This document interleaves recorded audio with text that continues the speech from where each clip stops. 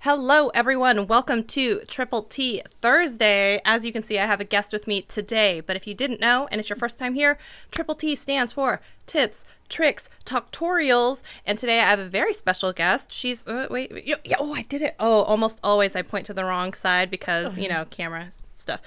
I do it right? On this side. No, you nailed it first time. I have a very special guest. Kristina Smallhorn is here. And usually I would go on and on, but we were just in a clubhouse room, and I tried to do an intro for Liz, who is in the audience, who helps run that room, and I butchered it, so I'm feeling a little gun shy. So I'm going to let Kristina introduce herself, and then we will get to the most very important question, which you all know, which is, what's in your cup? So, Kristina, wait 1 second, and here we go. Everyone say welcome. Welcome to the show. Round of applause for you, Miss. I'm making a round applause. A round. That's right. Absolutely. Hit us with your little bio, intro, stats. Tell us all the things.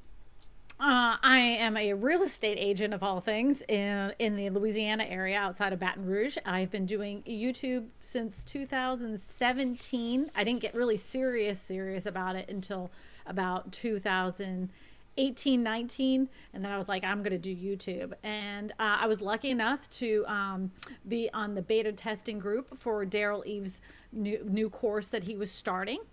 And I was very fortunate that once I was a part of that beta testing group, my channel went from 3,000 subscribers to I'm just creeping up on 90,000 subscribers. I know, it's so great, right? And we are going to dive into a little bit of that logistics because I know you have some news that you're going to share that's coming from Daryl as well as the fact of we're going to talk a little bit about there's a special guest that might be inside of this book, which I haven't gotten to. I've only gotten through like the foreword through Mr. Beast, but there's a little snippet. We're going to get a sneak peek into this book written by Mr. Daryl Eves that has one of our very special guests. Right? No, damn it.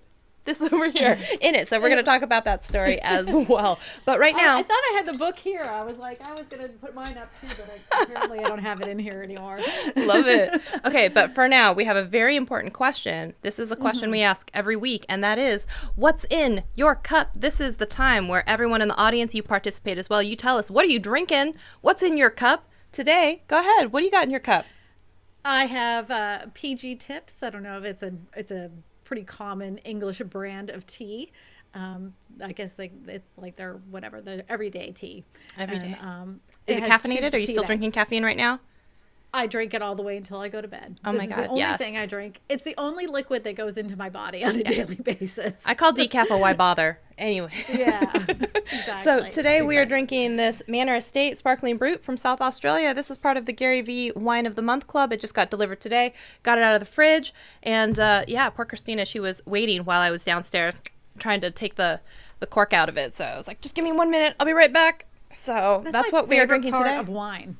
That's my favorite part of wine. I love taking the cork out. Oh, really? There's something kind of like once you get it out and it's perfectly comes out. There's no breaks. You're like, look at that. I'm a genius. Man. I will say that I, as most of us do at some point, maybe found yourself in food service in your life. And so I've worked at a few restaurants and bars in my day, and I don't know what it is, but like now it seems like I'm always the designated wine opener, champagne opener type person because I just have a lot of practice. Not because I drink a lot, although I drink, enough. But it's now like ingrained in me for the rest of my life that I'm always the designated wine opener. So there's that. What is everyone drinking out there? We got coffee.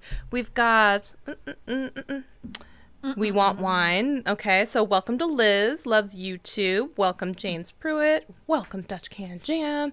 Hello, everyone. It's good to see all of you. So lovely to see all of you.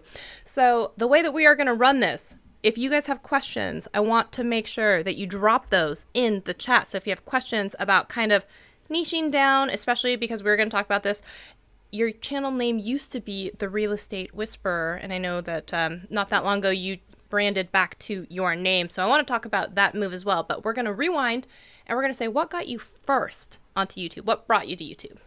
I just shared this story today in Clubhouse. I know, but you know what? And here's my pet peeve with Clubhouse.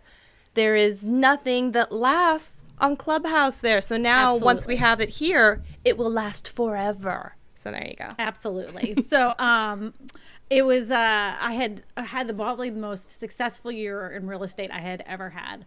I was making really great money.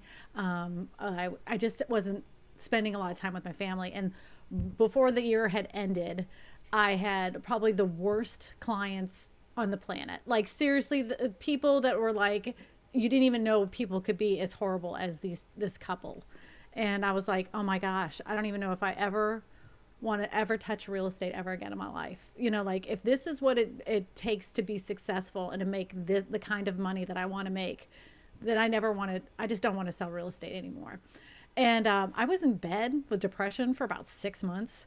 I mean, it was bad. Like doors locked. Every time my husband would come in, he'd say, you know, are you okay? And I'm like, yeah, I just don't feel good. Or, oh, I have a headache. Or, I always made up all these excuses just so I could stay in bed. And I slept probably about 16 hours a day. Oh, wow. Craziness. Yeah. I would wake up exhausted. And then I got on YouTube and this guy, his name's Gary V. Everybody knows who he is. He was like, you know, stop complaining, you know, in order to have the life that you want, start documenting it, which I was like, who cares about what a real estate agent has to say? But I kind of took what he said to heart, you know, like I could create something, you know, there's a lot of boobs on YouTube that make all sorts of crazy stuff. I can make crazy stuff. So I kind of took my creative craziness mind and turned it into YouTube. I mean, real estate tips. And I would wear crazy wigs and I would pretend I was the awful client with the kid in the back of the car picking her nose. And I did like these insane videos that made me laugh. And I didn't even care if it made other people laugh. It was a great way to vent out what lived in my head on a constant basis. And it was the best therapy I've ever had in my life because I could be all those horrible people that wronged me. And I could be, you know, a real estate agent. And not only that, I could also be all the terrible real estate agents that are just awful. So I got to play out all these roles and give really good information.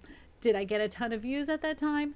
No, but it was great therapy. And it's very therapeutic, right? Yeah, running through these scenes of like things I wish I would have said or like the worst things that have happened to me. Like this story is like, it's unbelievable, but it's true, you know, or maybe embellish a little, but it's just like, it is very therapeutic and cathartic to kind of release it out there and then have other people almost be like, oh my gosh, that person is crazy. Oh, or, oh, I relate to that. And like, then that makes you feel less alone and it makes you feel excited that you're making this content that also makes you feel better and makes other people feel better too. Right.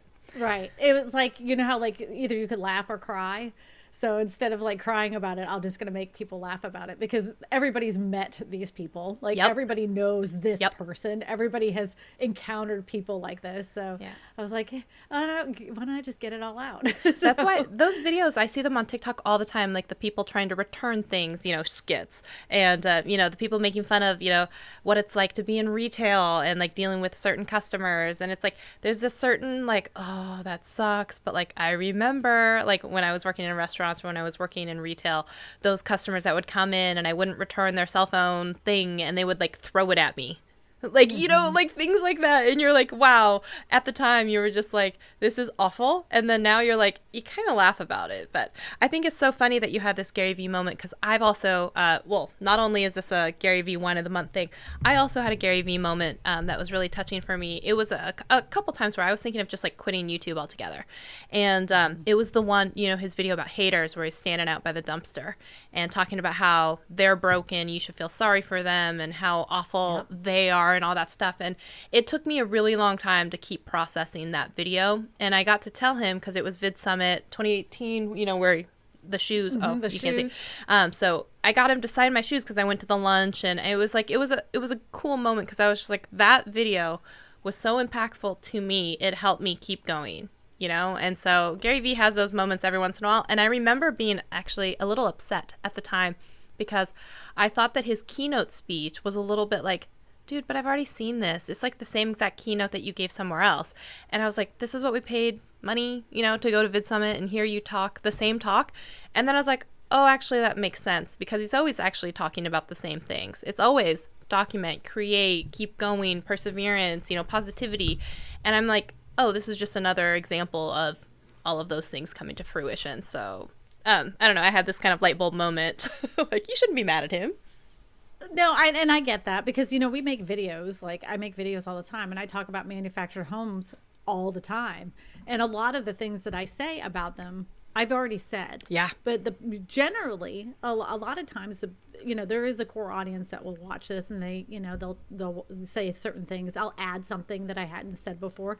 But the people that are watching it, there's so many people that haven't ever seen my content, have never heard this information, even though I've had videos about that before. If I had left that out, they'd say, well, you didn't mention this and you didn't say this and you didn't. So you have to kind of keep reiterating things that you've said 100 times, which it can get kind of tedious. You know, it does. And was it James Earl Jones or like, you know, Ian McKellen or someone, you know, who's doing Shakespeare? They were always talking about like, it's someone's first time seeing this play. And that's why you go out there with the same amount of passion or something. But we think as content creators, it's like, I've already talked about this. I've already shown you how to set this up because we all think that like, hey, once we create the video once, people just know it's done. You know? Yeah. And so like having to repeat ourselves is almost like, ugh. And it's like, there's already a video. And then you think that people have seen every single piece of content that you've ever made. And it's just not true, you know? So yeah, people need like that over and over and over again to like to hear it, to actually execute on it. So now, and sometimes they have watched it before and you know because they've seen the other videos of yours and then they won't even catch on to what you had said in the last 2 videos, but they caught it on the 3rd video. Yes. So so I know that's me too. I'm like, I know he said that before, but for some reason that stuck this in time my it's head. sticking. Yeah, totally. Yeah. Now I want to know, at the very beginning of your YouTube journey, you really kind of honed in on like real estate and you kind of stuck inside. Is there any like specific reason why you were just like, real estate, we're not going too far outside of this box, we're going with real estate? Again, I think it was a therapy thing because I was like, I was tired of spending money on a lot of ads and stuff. And I'm like, if a kid on YouTube can like really crush it with not ever spending a dime on ads, I'm going to make videos on YouTube and maybe I can crush it on YouTube making real estate stuff. And I knew that like YouTube was connected to Google. And I knew that those were like search terms that people would search. So I figured, you know, if I used to make videos specifically for my specific county. And I figured if I made videos for my specific county that I would have a lot of people that watched it that weren't necessarily on Facebook. So I was making it more for Facebook, but I was putting it on YouTube using, you know, like the keywords and all that kind of stuff. So, and then over time I was like, forget Facebook. Were you kind of focused on Facebook at the time because they still had kind of like that target by zip code and like they had a lot tighter reins on like that kind of search, and especially if you're paid for traffic or something like that to target that? Was that kind of the idea? When I first started on Facebook and making videos, I mean, it really was like idiot proof on like you put it out there and people watched it, you know, like it really was. It's kind of like how TikTok is now. You know, you put out a decent video. You put a decent video out, either whether it's filmed with your phone or not, you know, people are going to watch it. So I would do that and put them on Facebook and they did really well. And then I would put them on YouTube and they get 3 views. So I was like, whatever. You know, it didn't really bother me, but it slowly but surely they had changed that algorithm on Facebook where they weren't allowing pages to get organic growth. They had crippled that ability. So like I went from, you know, an average of like, you know, 12 to 1,300 to 1,500 views for my little, you know, local Facebook business page down to nothing. I mean, I think I had a few that were even at 30,000 views, which was like awesome. And then it went down to like 10. Like I got 100 views altogether. And I was like, yeah, like that's this different. Is stupid. That's not good. And I thought it was dumb. Like they were like, this is a pay to play platform now. And I'm like, I'm not paying people to watch my videos. Like that's dumb in my opinion. I mean, like for the type of content I make, there's no reason that I should pay to have anybody be forced to watch what I'm doing. And at the time too, they had also changed the ad structure on Facebook where even if I wanted to do that, they couldn't, like they had tailored it to a way that you couldn't even target your audience in your specific zip codes anymore. You couldn't use certain words. That. They had changed so much stuff where when I started doing Facebook ads, which I absolutely loved because nobody was using it at the time. And it was like, you could have an ad show up in like somebody's news feed. And it was like, it was awesome. And people were like, I see your videos all the time. And it was so cheap. Because I do like little short ads, like short things for houses. Yeah. So, I mean, it was fun. I did one where like the Price is Right. I did this whole thing where the Price is Right for a house. And I was like, funny. What do we have it behind the microwave? You know, like so dumb, just dumb videos that sold houses. So Did you find that you were able to like get a lot of that traffic, from a global platform like, you know, Facebook and YouTube, and it helped increase your real estate sales and people that you were helping? I don't believe it really helped on Facebook too much. It gave me like name recognition throughout my area. So like when we went out, my kids always like this too. When we went out and when I was mostly on Facebook, people were like, I think are you on Facebook? Yeah, I know that I've seen you. Like you're a real estate whisperer. That's right. You know, my kids are like, oh, they wanted to die, you know. No. You're like, Mom's famous, guys. Mom's famous.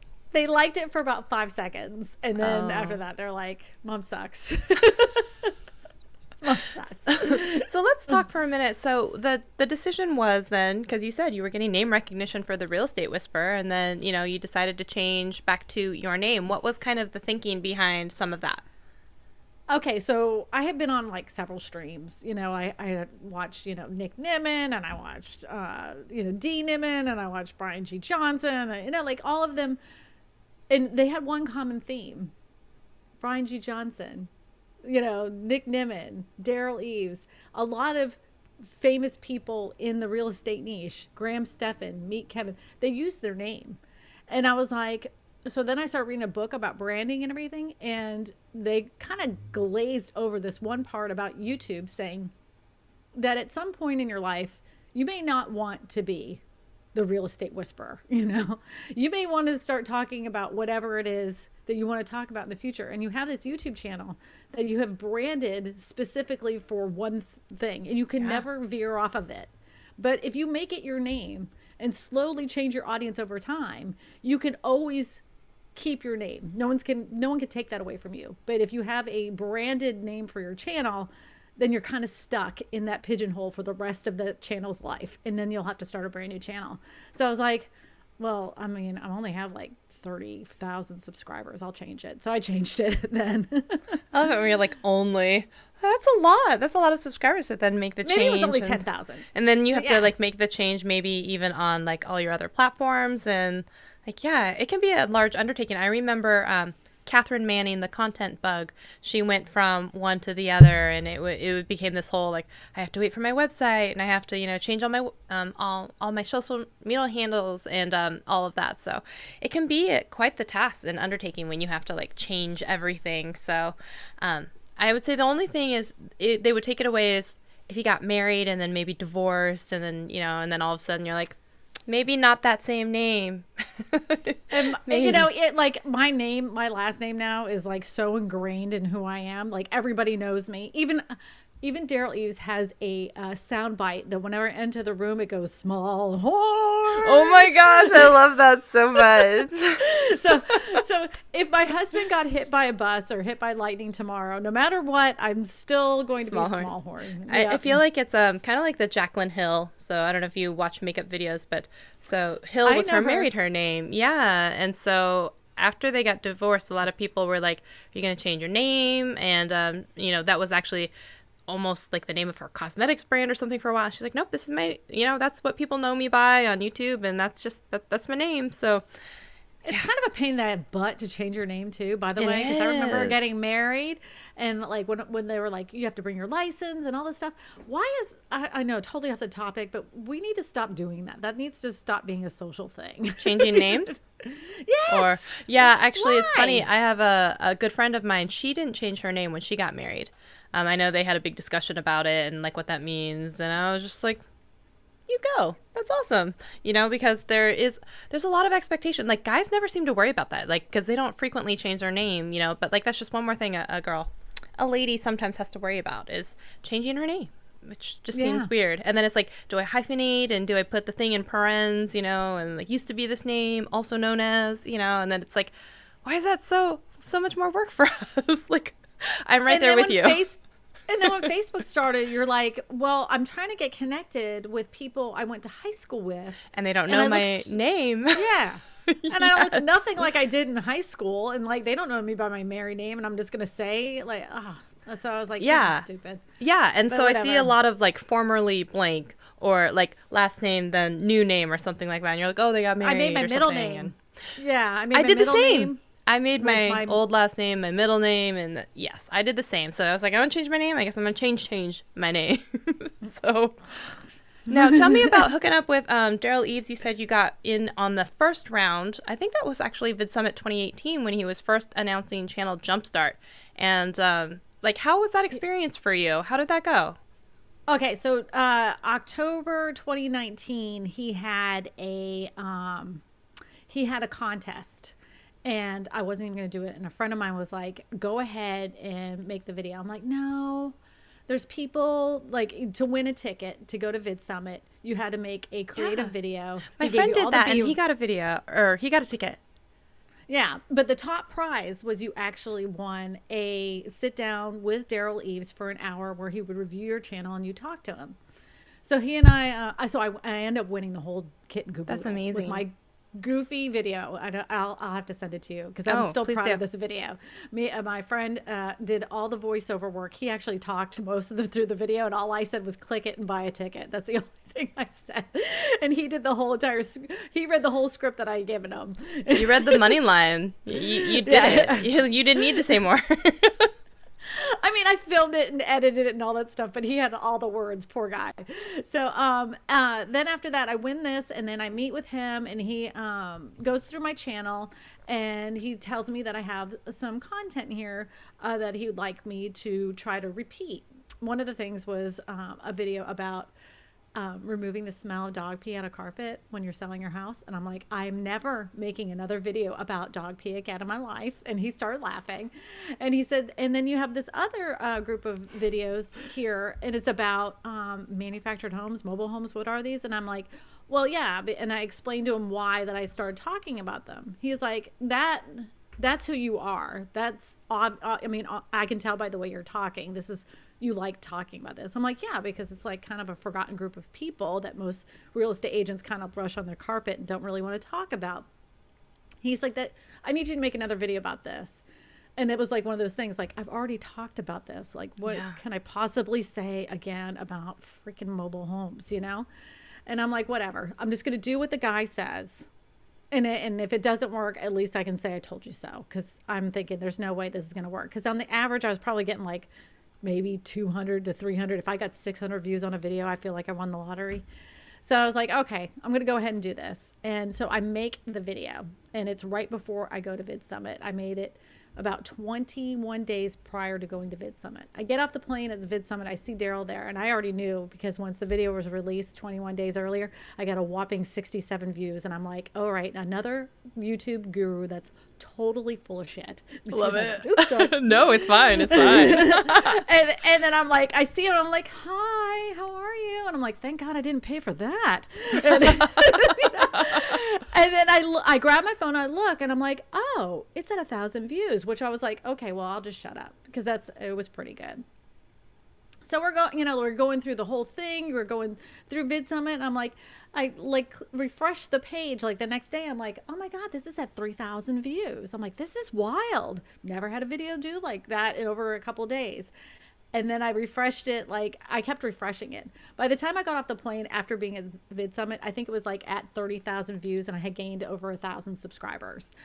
And I was like, holy crap. So I had a copy of the meeting that I had with Daryl, and I re-listened to it. And in that consultation, he said, it will take 21 days for that video to take off. He told me that. That's and amazing. I didn't remember it. And he was right. And I was like, well, whatever that dude says from here on out, I'm going to listen to, you know? So I took a screenshot of what happened, and I posted it on Twitter, and I figured if he sees it, he sees it. If he doesn't, he doesn't. I know he's really super busy. And then he ends up calling me. He calls me on my phone. He's like, hey, I got your tweet. I saw that. And I'm like, yeah, hi. I was like so nervous. And he's like, I'm doing this course. I'm starting this whole thing, this channel jumpstart thing. I want to know if you'd like to be a part of it. I think you'd really benefit from it because I'm only having a few people do this. I'm like, all right, well, how much is it? You know? So he tells me, I'm like, all right, whatever. I've pissed away enough money on YouTube courses. What's another one? You know, like obviously it works. Obviously he knows what he's talking about. He's not full of crap. So I will make that investment. So I did. And then my channel, like every month, it was like, holy crap. I couldn't believe it. I was like, some days I'm like, I can't believe this is freaking happening. I just can't believe this is happening. And then COVID hit.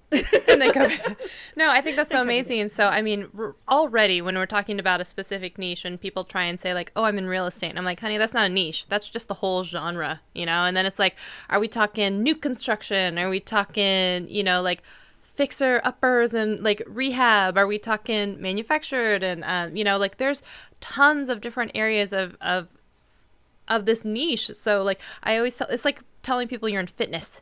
You know, when people are like, I'm in fitness, and I'm like, okay, but a ballerina is not the same as an NFL, like, football player. They're both fitness, you know what I'm saying? And it's like, let's dig a little deeper here. So I love that you went, I'm a like, doctor. Yeah.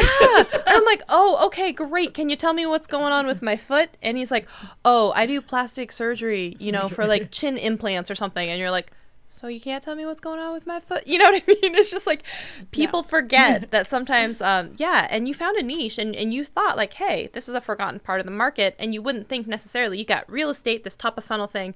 And then you've got like, oh, you know, like manufactured homes and like, oh, that is a specific niche inside of a niche. And you found success in doing that. And then it was as predicted for him 21 days later, which I think is pretty awesome that you get off the plane and he's like, hey, so I remember what I told you, basically. Well, because I tweeted it out. I showed him the chart. Like, it was like my channel chart was like, you know how they have those little tiny peaks? Yes. And then you see that one video and it's like, it looked like a rocket ship going up. I'm like, yeah, he was right. He was right. He was right. The guy. I had been conned so many times. I was just like, another one to chalk up on the board that's full of crap. And I was like, oops, this one's for real. This one isn't full of crap. Okay, this one was real.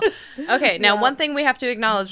So I was talking with Kristina behind the scenes earlier before we went live, and I said, oh yeah, if anyone happens to drop a super chat, we're gonna have to do a boogie.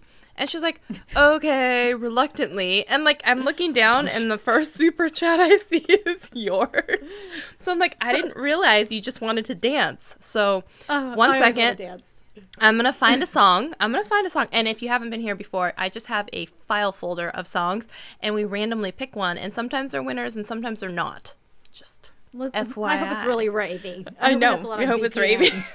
Okay. So 1 second. I'm going to find a song and then we're going to do a little dancey dance. I have no idea what's going to happen here. Let's see here. I will even give you an option. We've got, let's see here.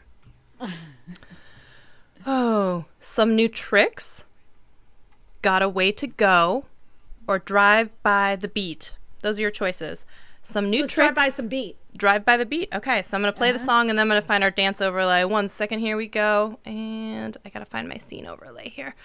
And, oh, thank you, buddy. That was a great shake. That was my puppy. He likes to shake his little collar and it always sounds like a little tambourine. All right, we're going to go. Oh, no, I lost it. It was some new tricks. No.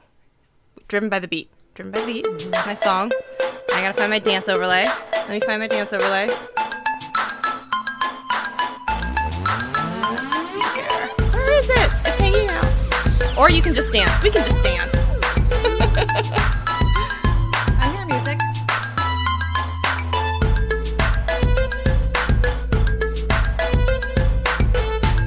Find it. Where are my overlays? Found it.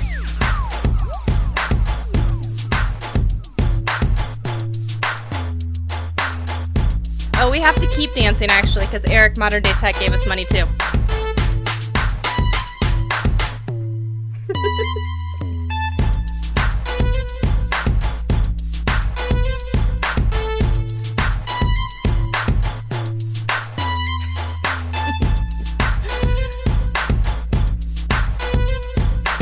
If you're in the audience, you can always drop questions as well that you have for us, and we will answer them. We will get to them. But first, we're having a dance party. Dance with us at home, people.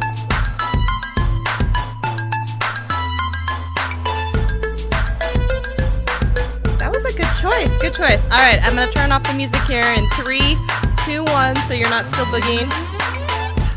All right, and I'm going to turn off the bubbles. Thank you for indulging me. Some of my guests are very reluctant, and I'm like, oh no, we're boogieing at some point. At some point, we're going to boogie. I'm an idiot. I don't care. So thank you to you also for the super sticker, and also to Modern Day Tech for the super chat. Oh no, people want to keep us dancing. Digital Buddha just dropped a $10 Modern Day super Tech chat. has a Modern Day Tech has his own little thing. I always, whenever he comes into my chats, I go, Modern Day Tech, ting. Oh my god, I love that. Now I feel bad that I don't have like some sort of intro thing for like everyone. Oh my gosh. Okay, so you know Viper, who was in the room with us tonight for Ladies YouTube Night. Yeah, everybody knows Viper. Right? Okay. So he made a video for Daryl Eves, and he also was at Vid Summit because of that video. So it's such a small world every once in a while, right? So, okay. Sorry to make you do it, but we're going to have to do it one more time because those are the rules when it comes to the super chat drops. So for Digital Buddha, I'm going to give you a new set of songs here. We've got Better Move Along. We've got Distinguished. And we have Arctic Chill. Arctic Chill. Arctic Chill. No promises. Here we go.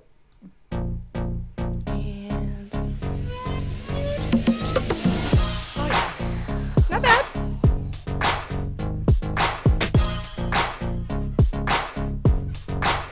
Thank you so much, Digital Buddha, for your super chat. We appreciate you. If you all have questions for Kristina, aka formerly known as the Real Estate Whisperer, make sure you drop them.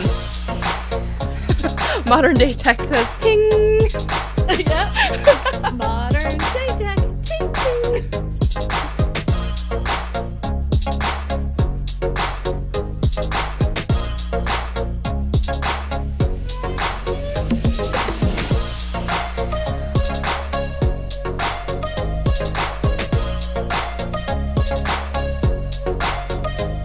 Y'all better be dancing at home too. We see you, kind of, or drop some dancing emojis in the chat. Do that.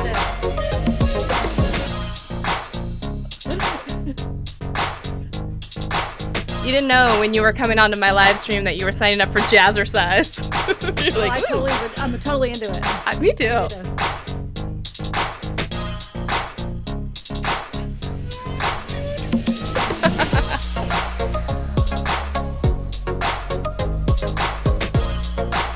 Dance with us, y'all. You better dance with us. Like really crazy. Are you doing a chair? Oh my god, I love it. I think I just fell in love with you. That was amazing. I don't get out much. It's been a pandemic. I don't get out at all either, so I'm right there with you. All right, I'm going to turn off the music here. Here we go. In 3, 2, 1. Oh, I like to give people a warning just in case, just in case. If y'all missed that, underneath the dancing, strobe lights, the bubbles, all the goodness, we had our very own chair dance. That was worth every single second. Thank you so much for your super chats. If y'all have questions, make sure you drop them because we want to make sure we spend this time with y'all as well.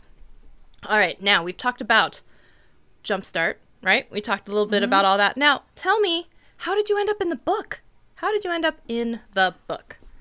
I was really shocked, honestly, and I didn't even tell anybody because he had interviewed me about that a while back, like pretty early on. I mean, like he started that book, over a year ago. So when, people say things, they're like, oh, I'm going to put you in the book. You in a book. Yeah. So I've learned over time that I've been highly disappointed with a lot of things that people say. So, what happened? Oh, there you go. No, I got told that sometimes my autofocus is really bad on this camera. So they have to tell me to yeah. I come in blurry all the time. So they're like, fix your focus. And I'm like, all right, stop yelling at me. Go ahead, continue. I know.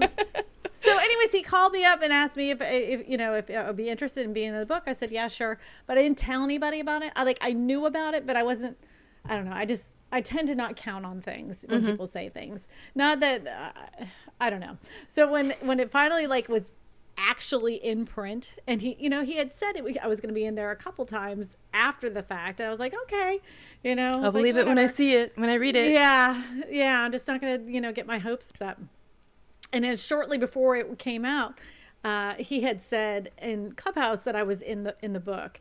So then I said, oh, yeah, I'm in it. He's like, yeah, you're in it. And I was like, even then I was still too scared to say that I was in it until I actually physically had it in the book, in my hand. Isn't that weird? Yes. People were like, why did you hide that? I was like, I wasn't hiding it. It wasn't, I don't know. Even but it's it's not real until you have it and you see it and you hold it. And then you're like, oh, dude, y'all, I'm in a book. I'm in the book.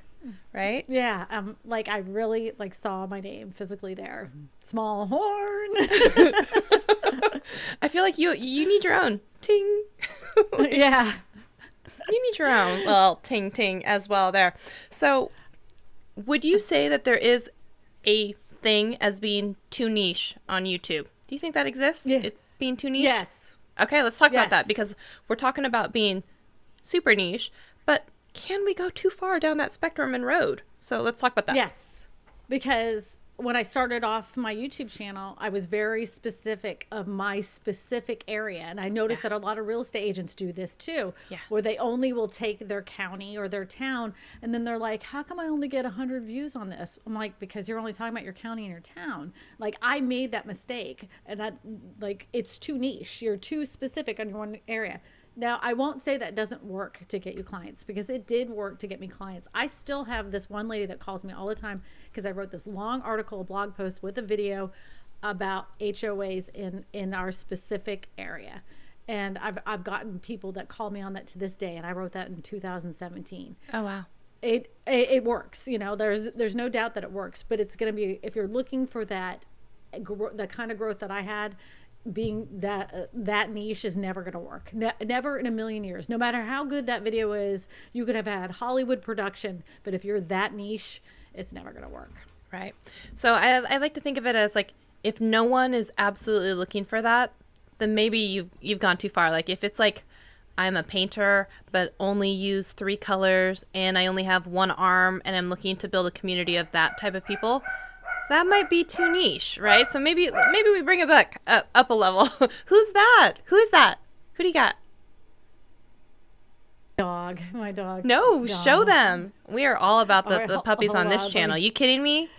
All about it. Yeah. Let me see if I can change my camera. Hey, Dom, come here. There's one. There's Puppy Rosie. Cams. Puppy cams. Oh, heck Can yes. you see it? Oh, what a cute little nugget. Look at that little tail. Oh, no. Oh, no. Wait a second here. Full screen. Dom? Full screen. Oh, yeah. That Dom, puppy goodness. Are you kidding me? There's 2 of them. There's 2 fluffies. I have 3. You have 3. Oh, they're so cute. Is that a Pomeranian? And then, it's a Pomeranian. There's a 3rd one coming through. Oh, yeah. Okay. Oh, look at those tails. They're all going. Oh, my God. I love it. Oh, all right. It's so good. No, I love it. Thank you for sharing. Thank you for sharing us the puppy cam. It's the puppy cam. Oh, it's so good. Oh, my gosh. No. I use that on my stream sometimes because they'll come in my room and they'll just sit down and they're making lots of noise and stuff. And I'm like, all right, you guys, sorry, it's let's show the puppies. I don't know if you watched Luria on Live Streaming Pros. She has her own little puppy cam, and her dog is cute too. So I was like, I don't have a dedicated camera for that, and they don't have a spot that is enough that would necessitate a cam. But like, I feel like a bad dog mom at this point that I don't have their own like puppy cam angle. You know, I was just like, oh, the only reason I have this is because I had switched from this webcam to a regular camera. And that's the only reason I have this, because it's my old webcam. Okay. I wouldn't have set it up specifically for my dogs. It was just that it was there. And I'm like, I might as well put my dogs on the screen. Fair enough. You should. They're so cute. They're so cute. All right. So audience members. So I would love to know, if you think you have a niche, put your niche in the comments. The last time we did this, I cannot tell you the amount of people we had like, fitness, and I was like, Susie, fitness, not a niche. But anyways, yeah, let's talk about that a little bit. But where do you see the future of formerly the Real Estate Whisperer, now Kristina Smallhorn channel going? Like, what's the plan? Well, I got a couple things going. So on my channel, I do talk about affordable housing options, and one of the things I talk about with those affordable housing options is sometimes I will feature a specific company that makes like a cool type of affordable house, whether it's a tiny home or I have one that's like a foldable modular home. So when I talk about them, you know, those companies pay me to film their house, and then I get an affiliate link to the houses, so I get paid that way. So I'm going to be doing more of those types of videos. I'm going to be reaching out to a lot of companies that do those types of unusual houses that I believe my audience would be really interested in, especially for like sustainable living. As housing prices have gone up exponentially throughout the United States, people are looking for more affordable housing. So I'm looking for the more affordable type of housings with the companies that are big enough that I know that aren't going to fold up next year. The other thing I'm going to be doing, and you and I talked about this a little bit, is a lot of real estate agents reach out to me and ask me, how did I build up my YouTube channel? They want to know because they saw my channel when it was small, when nobody was doing it, and then how it grew a lot throughout the last year and a half, almost 2 years. So I'm going to be making a like a how-to guide to start your YouTube channel as a real estate agent correctly. I'm going to put out a lot of those myths that we have been told as real estate agents that we need for our YouTube channel, because there's a lot. Yeah, we talked a little bit about that in Clubhouse. And if you missed that conversation, we could give you some cliff notes, or we could just encourage you to come hang out with us on Thursdays, 3 o'clock PST time, you know, because sometimes you get nuggets like that. Is that mean? Is that mean if I just, if I don't tell them? It is a ladies' night, but you don't have to be a lady. I ping boys in there all the time. I know it says YouTube Ladies' Night. It's not really. I think most of the speakers are ladies. That's what it is. Yeah, most of the speakers, but it's really still like, it's just a safer place that you can ask questions as well. So I think it's also very beneficial for sometimes dudes to go in there and ask questions of ladies, because it's a different perspective than they might normally get in some rooms and conversations as well. So I love the fact that now you're kind of taking and packaging some of your expertise into a specific niche as well. And this is going to be helping newer real estate agents make YouTube channels. So if you think about that, that is also niche right there. It's like, that is an amazing way to kind of capitalize on that, because as we have seen, there are a lot of people that do that are real estate agents, and they want to do YouTube, but they're just doing it incorrectly, or just not the best practices, or it's just kind of like, why are you doing, it's kind of like head scratching, and you're just like, where is someone to tell you, like, maybe that's not the best idea for you, or maybe the things that you've been told not the best for real estate, and who else and better to teach them than someone who's been successful in real estate on YouTube. And there's a few of them that sell YouTube for like YouTube courses for real estate agents, but they don't have successful YouTube channels. So I don't know why. And that's one thing right there. But also, like, just because, you know, like, people resonate with certain people in different ways, you know, like, there's one makeup palette, and, you know, thousands of channels making reviews on it, and a lot of them are saying similar things. They're all talking about the same product, but you could like someone's style of delivery better. You could like that True. they're a girl, or that they're not a girl, or that they're in the same type of area or county or something. Some of those things can resonate with people and make them want to buy from you instead of someone else. So even if someone else is True. doing the exact same thing, it doesn't mean that you can't be successful at it too. So, and if anything, I have to say one thing real quick before you go further. I have to say hi to Flash in the Pan. He said hello in the chat, so I wanted to say hi, hello, Flash in the Pan. Yeah, absolutely. Flash in your pan. Oh, Flash in your pan. Oh, yeah, Yes. I recognize that little avatar with the hand and the Wilson, because I always like Wilson. Yeah. Where was I going with that? Driving. Oh, we were talking about like you may not resonate with somebody, but they could resonate with somebody else. And if anything else, sometimes when you see it, like, oh, I can't make a course for real estate agents because there's already one that exists, right? And then you're like, well, first of all, if they happen to be successful, then if anything, that is showing you that people are hungry for this information. And wow, wouldn't it be great if there was another choice in the market with someone that they might relate to better, or someone who is just providing a different perspective, So it doesn't mean that you shouldn't do the thing just because one other person or two other people did the exact same thing. You can still do it and put your own twist on it, or I talked myself out of it because one person beat me to the punch, and I was like, well, they already did it. I'm not going to do it. And I never did, because and the other thing was I wanted to make sure what I was saying, there was like proof in the pudding. I had already done the work, but I didn't have exorbitant amount of views. And I thought, well, I'm not going to teach anybody anything until I know for a fact something's going to work. Yeah. So now I feel like I have those key concepts, from learning from Daryl to help somebody start off right and not make the same mistakes I did, because I made a lot of them at the beginning. I think we all do, right? Well, of course. I mean, anybody that's new. I mean, like, I think honestly, anyone you who's have to be trying willing. sometimes is making mistakes. You There's have to. so many things that best- you try and learn and fail, and The best lessons you learn in life are from mistakes. Like, honest to God. I mean, like, you have to really think about it. No, I mean, it's so true. And like, that's usually when you find out like how strong you are, or like how resilient you are, or how creative you are. There's no one more creative than like someone without any money who has a dream, right? It's like when someone comes to you and says, hey, I'm going to give you a 3-month vacation to Hawaii, but you have to leave in 24 hours.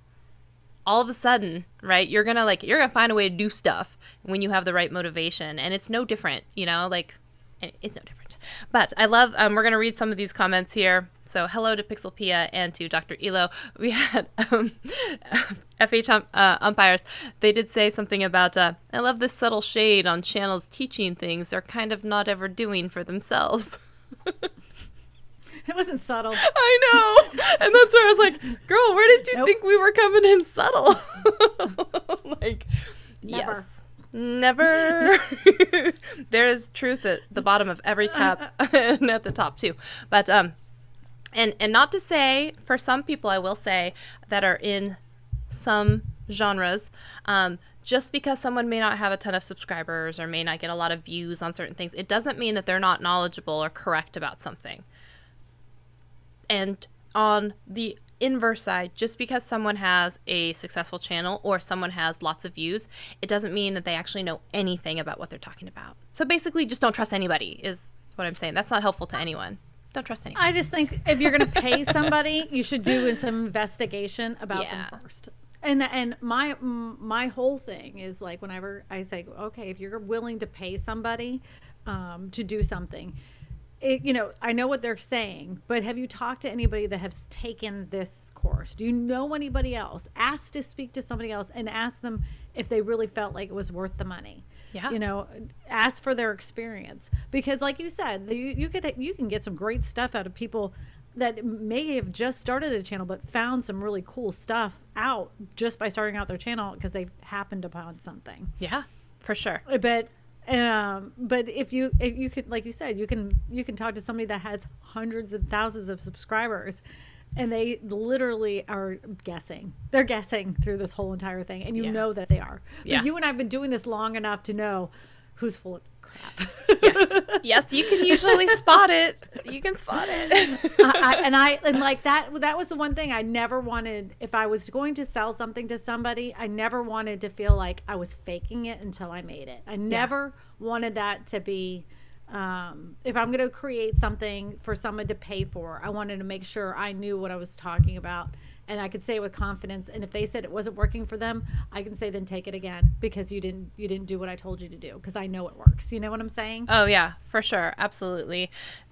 And that comes, that confidence, which might come off as arrogance for some people, that comes when you know your craft and you know what you're teaching and your material, and you know that it's coming from a place of experience and from data and from, like a lot of that is like, okay, you read this, but you didn't absorb it, or you read this, but you didn't apply it, or you read this and you didn't agree with it and you did it half-assedly. I'm like, that's not a problem with the material. It could be a problem with the execution. It could be a problem with your attitude. It could be, there's a lot of that comes out a lot of the time. And people are so like, well, I paid you, let's say $500, and you gave me this advice and I did it and it didn't work, so you're a fraud. And I'm like, that's actually not how that works a lot of the time. No. Because most of the time, the coach or someone that you talk to, they're not technically responsible for your success, even if they give you a roadmap. Just like if I'm a doctor and I give you a prescription for pills and I tell you when to take them and how many to take and for how many days, because you went home and had 3 one day and then went 4 days and then had one other and then your symptom didn't go away, that's not on me. It wasn't that the prescription was wrong. It wasn't that the drug was wrong. It was that your execution of that said plan was wrong. So anyways, that's a whole other side tangent.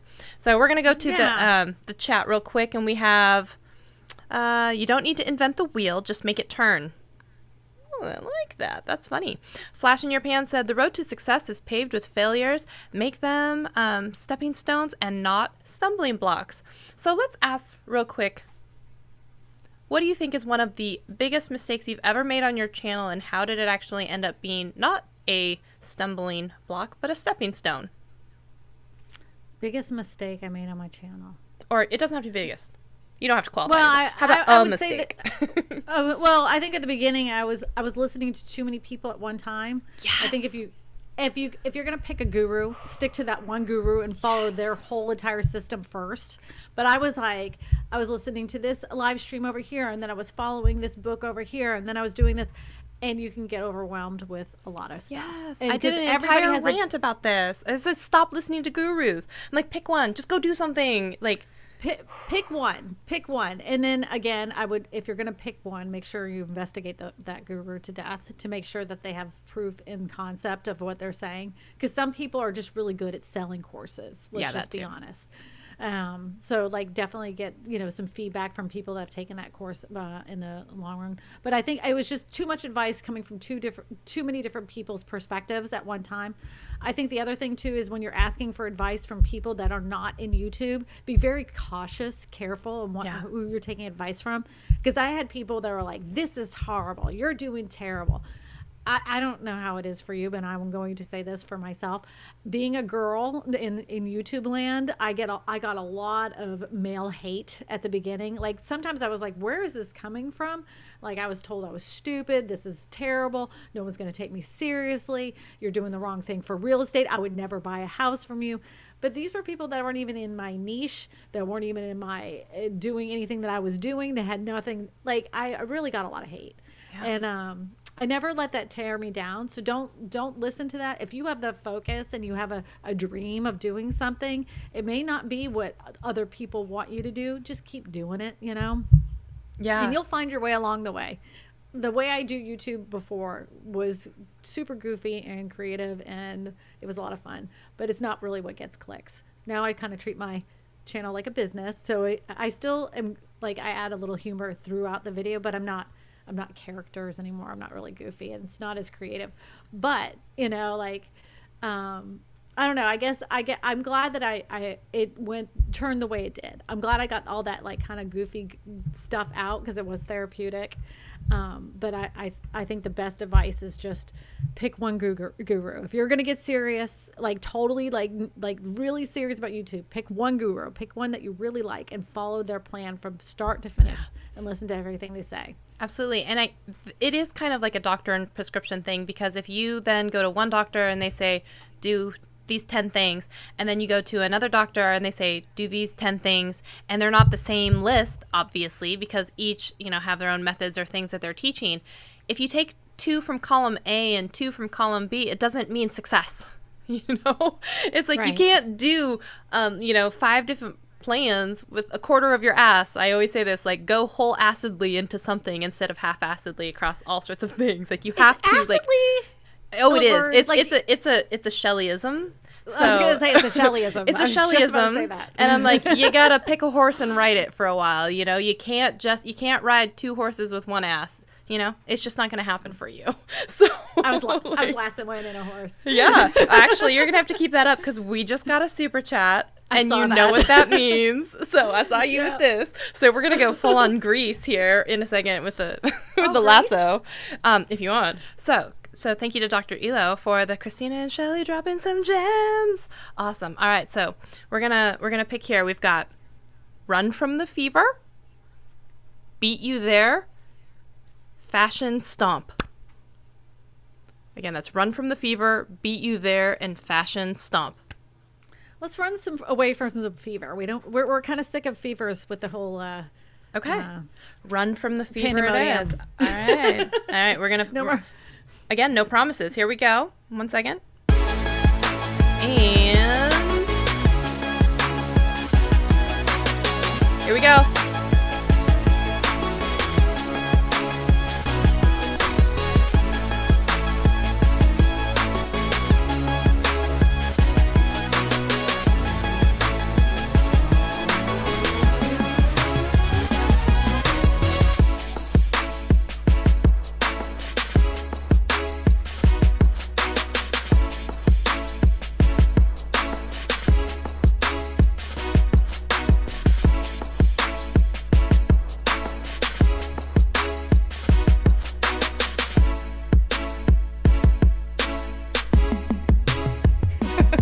FAQ Umpire said full acidly is hashtag shirtable.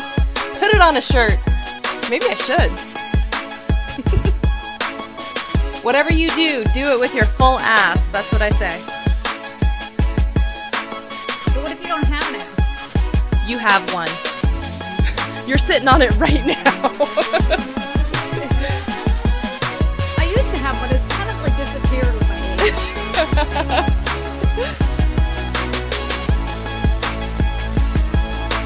Thank you, Dr. Elo, so much for the super chat. We appreciate you. Okay, be prepared. Here we go. We're coming back from the dance break in 3, 2, 1. That was a fun. It was very low key and chill. That was a chill one, right? Some of them are very like really up there, like fast beat, and then some of them are kind of like, okay, thanks for coming to the party. Yeah. This is supposed to it's supposed to like flash and do all this other stuff. Ooh, is that one of the aperture lights? Yes, and I can't get the little sucker to go. It's driving me crazy because I wanted it to flash. That's so funny. You know what? I can throw the little bubbles back on. We can just love you through it. When I get it flashing. When we get it flashing, love you through it. I want it to flash. Oh, yeah. FH umpires, I kind of feel like full acidly may have to maybe make it onto a shirt one day. Yeah. Or maybe like whatever you do it with your full ass. And people will know. When you know, you know. So there's that. So I also was going to scroll up and I was going to take a look at some people's niches because they did put that in a little bit earlier. And they were saying internet and social media for beginners is my niche. Okay. Niche confessions is field hockey umpiring education. That is a niche right there. That is absolutely a niche. Keely, you have a niche. I will say that's not one that you see very often. And let's see, live streaming essentials for new creators. And she said, "I'll waitlist that shirt." Oh, I love it. Okay. Okay, perfect. Okay. Those are good niches. Those are good niches, people. But, some of those people have been here for a few different live streams, so they know better than to just come in and be like, fitness. I'm like, fitting this whole fist in your face. But just kidding. I just threaten people with violence. I don't actually do it. Okay? Oh, okay. Okay. Yeah, you should know. You should know. Now, I know you said that you didn't want to say have your channel be the real estate whisperer in case that one day you didn't talk about real estate. Do you think that you're going to find yourself in a place where you're not going to be talking about real estate? Because right now you're real estate adjacent with this new course maybe that's coming out. I don't know. The thing is, it's like you talk about what you know. And I know real estate, and I'm genuinely interested in all these like cool concepts of homes that are affordable for people, and I think a lot of people are into that. So I don't know. I think I can't see myself at this moment changing. I don't have any. My long-term goal is to. I don't, like I've said this before, but I'm trying to house as many homeless people as possible with the emphasis on people that have served in our military. So my big giant goal is there's tiny home communities all over the United States, throughout the United States, that real estate agents have set up for homeless people and homeless veterans. And my big dream is to have Mr. Beast do one of his videos where he delivers one tiny home to each state for free. Everybody, the whole entire United States gets one tiny home for, homeless people. And it'll be like a cool thing. I don't even want to be responsible. I don't want to be in the video. I don't want to do anything like that. I want him to do it to say, I made that happen. Yeah. It doesn't have to be anything about me. No, I love it. There's a charity that, so if you guys didn't know, sometimes they have a round the difference type of thing on Amazon, and you can choose different charities sometimes, and sometimes a portion will go towards that charity. And there is one, I still have it set up in my Amazon account, and I had posted about it on my TikTok at one point, but I believe that they do kind of tiny home community groups, and a lot of the time, it's for veterans as well. And so they were doing a drive for home furnishings for it. And so it was a really great registry. I think it was Smile or something. And you can, I bought because I'm a Seattle girl, so I bought all these little automatic coffee makers, and you just have it sent directly there. And they furnish these tiny little homes and then give them to veterans. And I thought that was such a cool thing. And I remember being this is such a cool project that they're doing. So that kind of reminds me of that and warms my heart, because it's kind of very similar that they're doing kind of that exact same thing. It's so good. It's so good. And I want to say, for people out there, sometimes when you know that you're in the correct niche, and this is something that comes up a lot, and you're like, how do I know if I'm too niche, or how do I know if a niche is worth exploring? If you're feeling, she is feeling right now, where it's I don't think I would not see myself making this type of content, or I don't find myself being tired of it, or I don't run out of ideas of things and videos to make, that's usually an indicator that you're kind of right where you're supposed to be. So when you're searching your brain and being oh God, if I have to make one more video about blank, or I don't even know how I could make a video out of this, then perhaps you're not where you're supposed to be, maybe content wise. Yeah, I mean, and there's some things that you'll create that cause you to have a big jump in your channel. And I've done these videos about the housing crash, and they caused a big jump in my channel. It was a video success that I kind of knew would do good, but I didn't expect it to do as well as it did. And it drove a lot of new viewers and new people to my channel. I would rather have my eyes spooned out with baby spoons right now, or dull tooth hamsters chew out my eyeballs, than to do another housing crash video. And I won't do them anymore unless there's a change in the housing market. So even though I know that would drive traffic to my channel if I made more videos about that specific topic, sometimes you have to do what's right for you and yourself in the long run, you know. And that's one of those differences between the algorithm and trying to appease it, and then actually appeasing what makes you happy as a creator as well, right? Because if you're not happy Right. about the stuff that you're putting out, sometimes it's also very apparent and coming out. Even though you can talk about something, doesn't necessarily mean that you have to talk about something, right? Or you It's just- should. or that you should. Yeah, absolutely. So let that be a lesson to people out there, and also Modern Day Tech. And Eric has a comment. He says, I remember when you accidentally changed your channel name, and that worked out for you. How did you Yeah. accidentally do it? Well, okay, so you know how you have like There's a story. Yeah, you know how like you have a channel name and then you have a brand name. Okay, Yes. so my channel was actually a personal channel. It wasn't a brand channel. Yes. And it caused all sorts of nonsense trying to get paid from AdSense. Every single freaking month, it was always a nightmare trying to get them to give me my check. I would keep giving them all my information and everything else, and it was every single month I was going through this where they couldn't for some reason process my AdSense. So I had to change.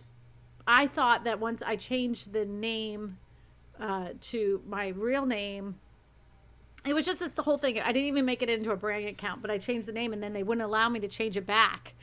And it was like crap. So I was like, whatever. It's meant to be. It is what it is, right? Yeah. I was thinking about doing it anyway, so YouTube forced my hand. Okay. Oh, that's so funny. That's- I mean, not funny, sad, but like it worked out for you, Whatever. right? He's Yeah. saying it worked out for you too. You know, Look, I I think. got it to work. Oh yes. Okay, here, hold on. Let me just for funsies. I know no one threw down the super. We're gonna. Wait. No, no, we'll just do it like this. No. I'm gonna give you your chance to do the strobe lights underneath the. So hold on. Let me throw my dance overlay up. There we go. And the floating bubbles are coming back with the bokeh. And I'm gonna let you pick. You've got okay, see through the mirror. Oh goodness. Nope, that's a repeat. Positronic power. Ooh, let's do that one. Okay. All right. Here we go. Positronic power. Ooh, yeah. Just 'cause most people can't say positronic.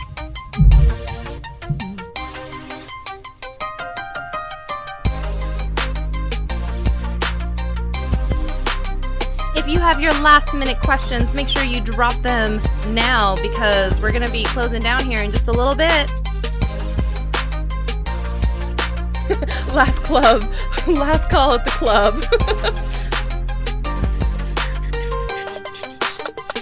You didn't have to throw in the super sticker. I didn't want it to make a lie. You know, this made it true. No, it's fine.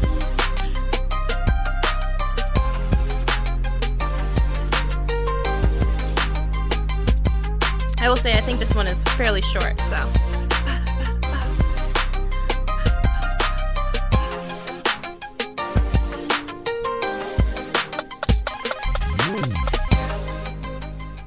Oh, there we go. Okay, one more. Hold on, because I feel bad for you, so I'm gonna give you a little bit of Middle Eastern, and then we'll come back to the group. Come back to the group here. This is scaring me. This one scares you? Yes. I feel like I'm in an industrial club. Okay, I'll find a new one. I'm sorry. This is what happens when I don't let the guest choose. 1 second. Let's see. What do we got? People stop. People just keep tossing money at you. You're like at the club. You're like, here you go. Oh no, I think my overlay froze. Okay, 1 second. We're gonna turn it on and off. Think about it. Think about it. Oh, it's still frozen.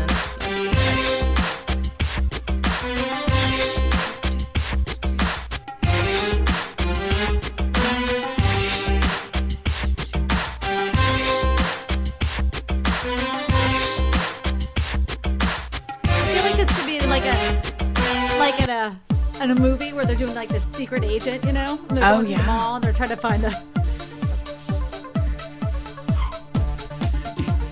This is better. Yeah, this is very like. Night at the Roxbury. EDM-ish. You dance? You Yeah. dance? No, you dance.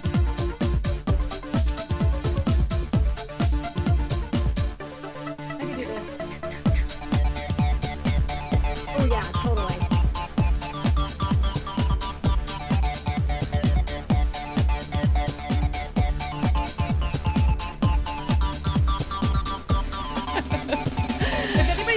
popping in right now. They're like, what? They're like, what is this? What is this? What is wrong with that? All right, I'm gonna wind it down. Here we go. In 3, 2, 1. Pixelpia, thank you so much for your super sticker. That was so appreciated. I like it. It said hype and it has like the little dancing thing. And then I'm out of focus. It's so good. It's so good. Oh, so good. All right. So last words of advice that you really want to give people about, really honing in, finding your niche and kind of like reveling in it, going with it. It's okay. Like, I think a lot of people, and you've seen this, and we've seen it together in Clubhouse, they haven't started their channel yet. They think they have to get everything perfect. They keep studying all these things. They keep going to all these groups. They're not creating anything. And yes. like they call it analysis paralysis. So I would say turn all that crap off. Stop listening to us. Stop listening to us. Pick up your friggin' camera and film something and edit it. That's it. Just get to know the process of doing those things. Don't worry about being perfect, because I assure you with every fiber of my being, the first video upload on YouTube, nobody's going to watch unless you ask them to watch it. Nobody's going to watch it. Not a person, not a soul. You're not going to know what is a good thumbnail. You're not going to know what's a good title. You're not going to know what a good video really is and how to create it. But at least you started the first process, which is you actually uploaded it. And most people don't even get that far. So just do that. Oh my God. Okay. So first of all, it's like, excuse me, am I looking in a mirror right now? Because I have been saying, in fact, I went on I was wearing this shirt in that live stream and I was like, stop listening to YouTube gurus. Stop being in Clubhouse for 10 hours at a time. Be in Clubhouse for an hour after you make a video, after you publish a video, because until you hit the publish button, upload button, you are not a YouTuber. You are a YouTube viewer only. You're an audience participant. And so if you want to become a YouTuber, you actually have to put out videos. You know what I mean? And there is no first perfect video. There is none of that, because there's not a single YouTuber I know that probably wouldn't go back to their first video and be like, whoa, girl or fella.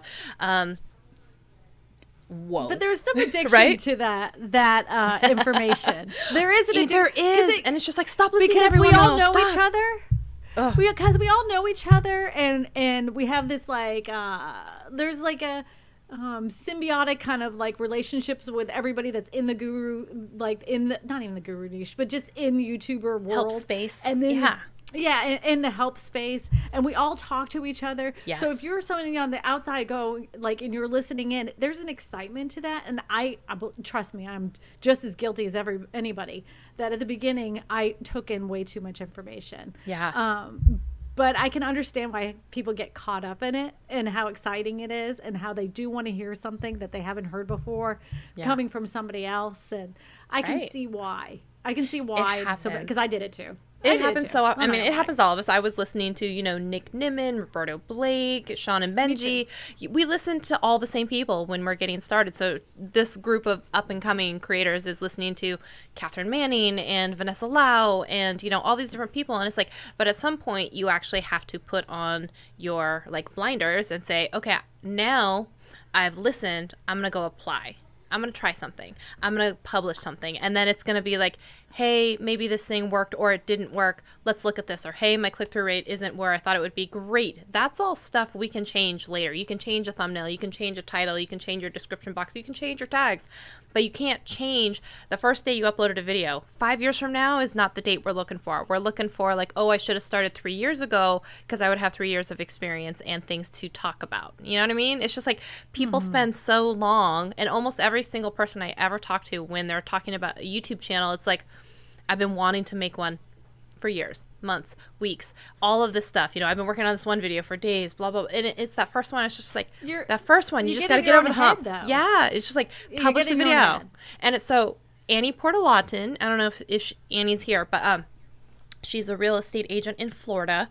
So she's been coming into the Clubhouse room. It was like weeks. And so at one point I was like, I was going to tell her, Annie, you can't hang out with us unless you actually publish a video. And she published a video. We did that. Right? Exactly. And I was just like, and she messaged you and she messaged me, like, oh, I finally did it. And messaged Liz. And then we brought her on Instagram Live. And I'm like, this is the day you became a YouTuber, the day you actually published a video. Now we can talk about that video and the things that we're going to change for the next time. But like all this time, you've been coming for months talking about how you're going to make a video and you're going to make a channel, and you didn't.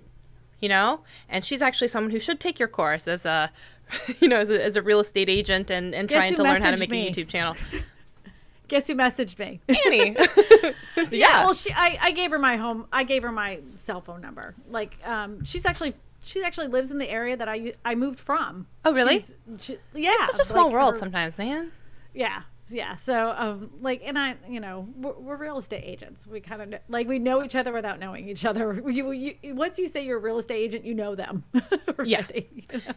Yep. So, so I consider her a friend. So I told her that maybe she could be beta guinea pig. The guinea pig. Tell me like this, because I do ramble a lot, sometimes.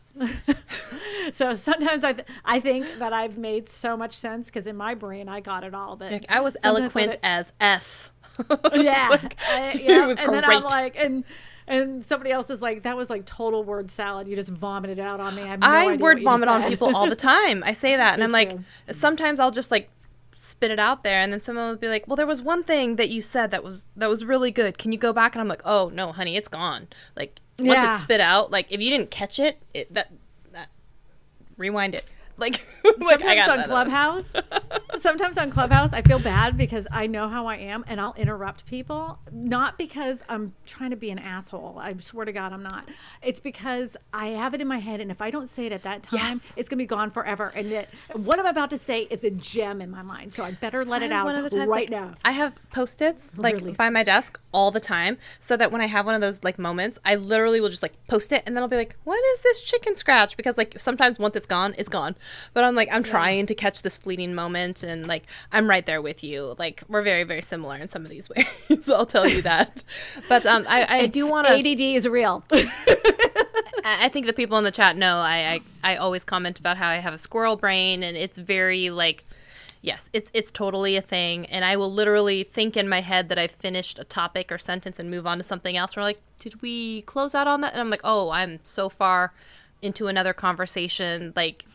Like that's not a thing for me anymore right now. We can't go backwards. But you did say something I want to hone in on for a second, and that is beta launchers, users, all that kind of stuff. So sometimes when people are creating courses, when they're creating like a coaching program, they will have people go through early as like a beta to give feedback, to know how that curriculum is like resonating with people.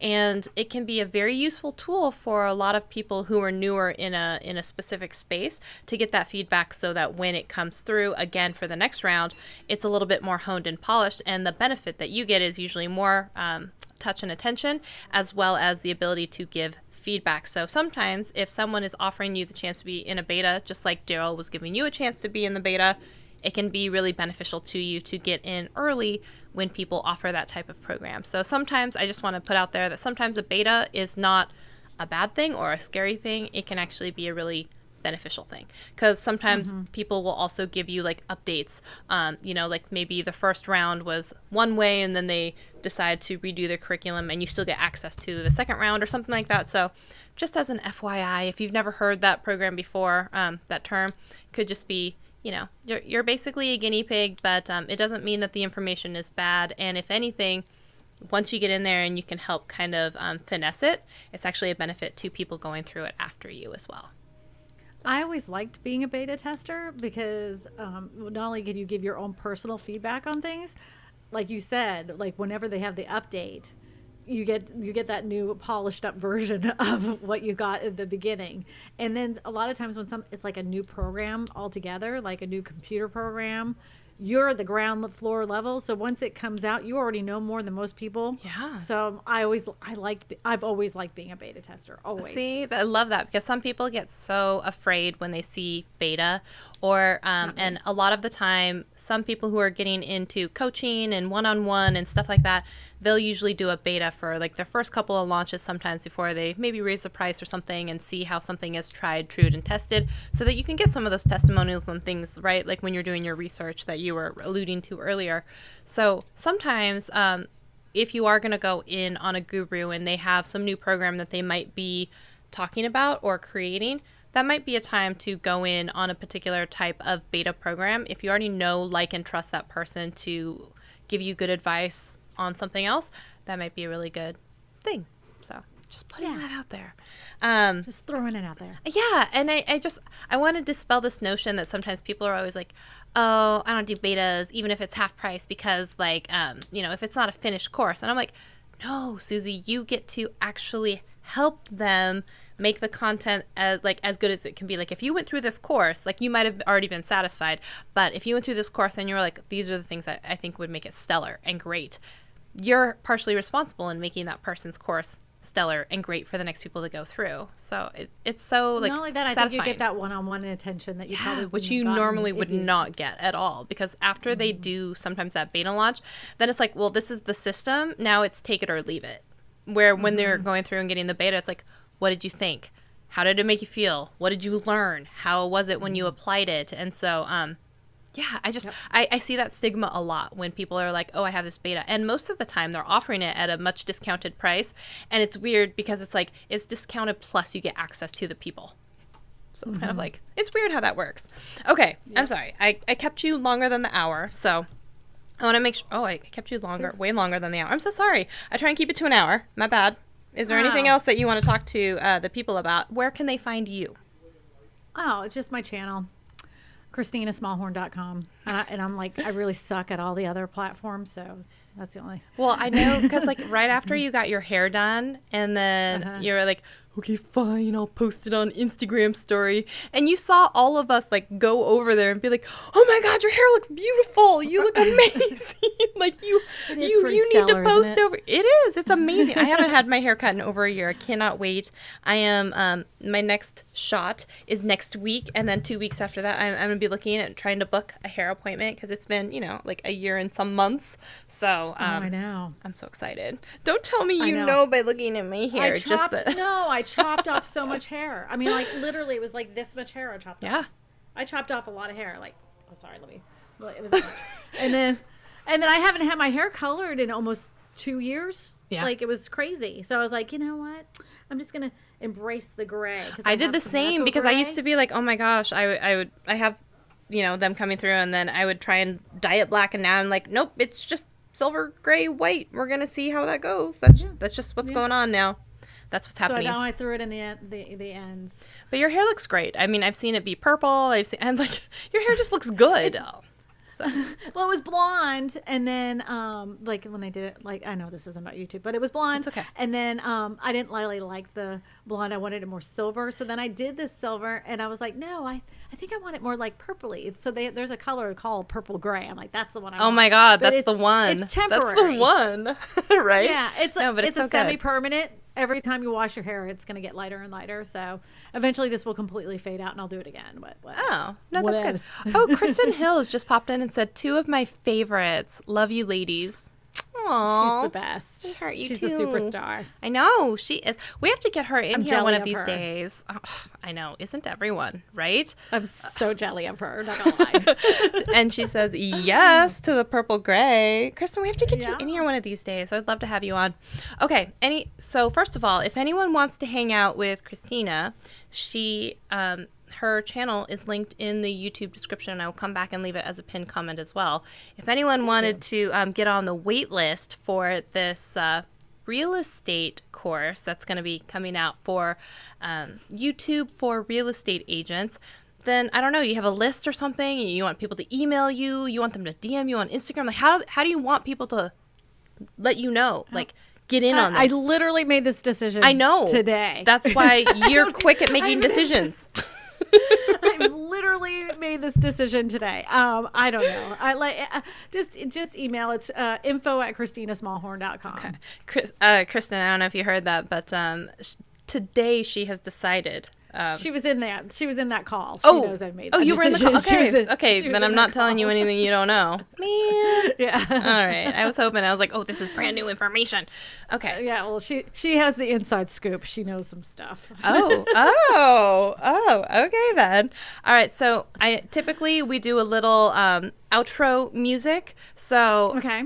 But it's usually the little purple Shelly superhero, but okay. I figure because you've been so good at dancing, we're gonna do a dancing outro, 15 to 20 seconds ish on this. So let me talk amongst yourselves 1 second, and then I am going to pick a song for our outro. And the light is back. The light is back. Okay, wait, hold on. I am finding a song. Go ahead, tell the people anything you want to. I'm finding a song. Well, I will say that if you're feeling like people don't understand where you're coming from when it comes to YouTube, trust me, every single person, every single week I quit YouTube. Every time. Every week I quit YouTube. Me too. And then I go back and do it again. So I understand. There's many times I'm like, this is it, I quit. But look, we all quit, but we just get back and film again and we start recording again. It's frustrating. I get it. So just keep pushing forward. Yes. Oh my God. No, absolutely. Okay. We're going to go with Beat You There or Headed for a Brighter Day. Oh. Headed for a Brighter Day? Headed for a Brighter Day. Okay, hold on. Here we come for Headed for a Brighter Day. Last dance break. Everyone say a round of applause and thank you to our special guest, formerly known as the Real Estate Whisperer, Kristina Smallhorn. That wasn't right. That wasn't right. There it is. There it is. It wasn't. Okay, here we go.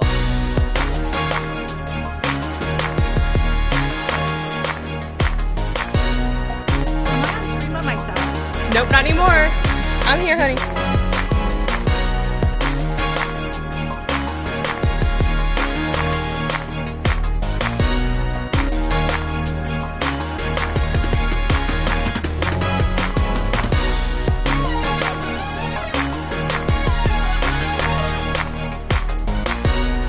By the way, thank you to all of the channel members, Pixelpia, and everyone for being here, leaving those super cool emojis. I appreciate all of you.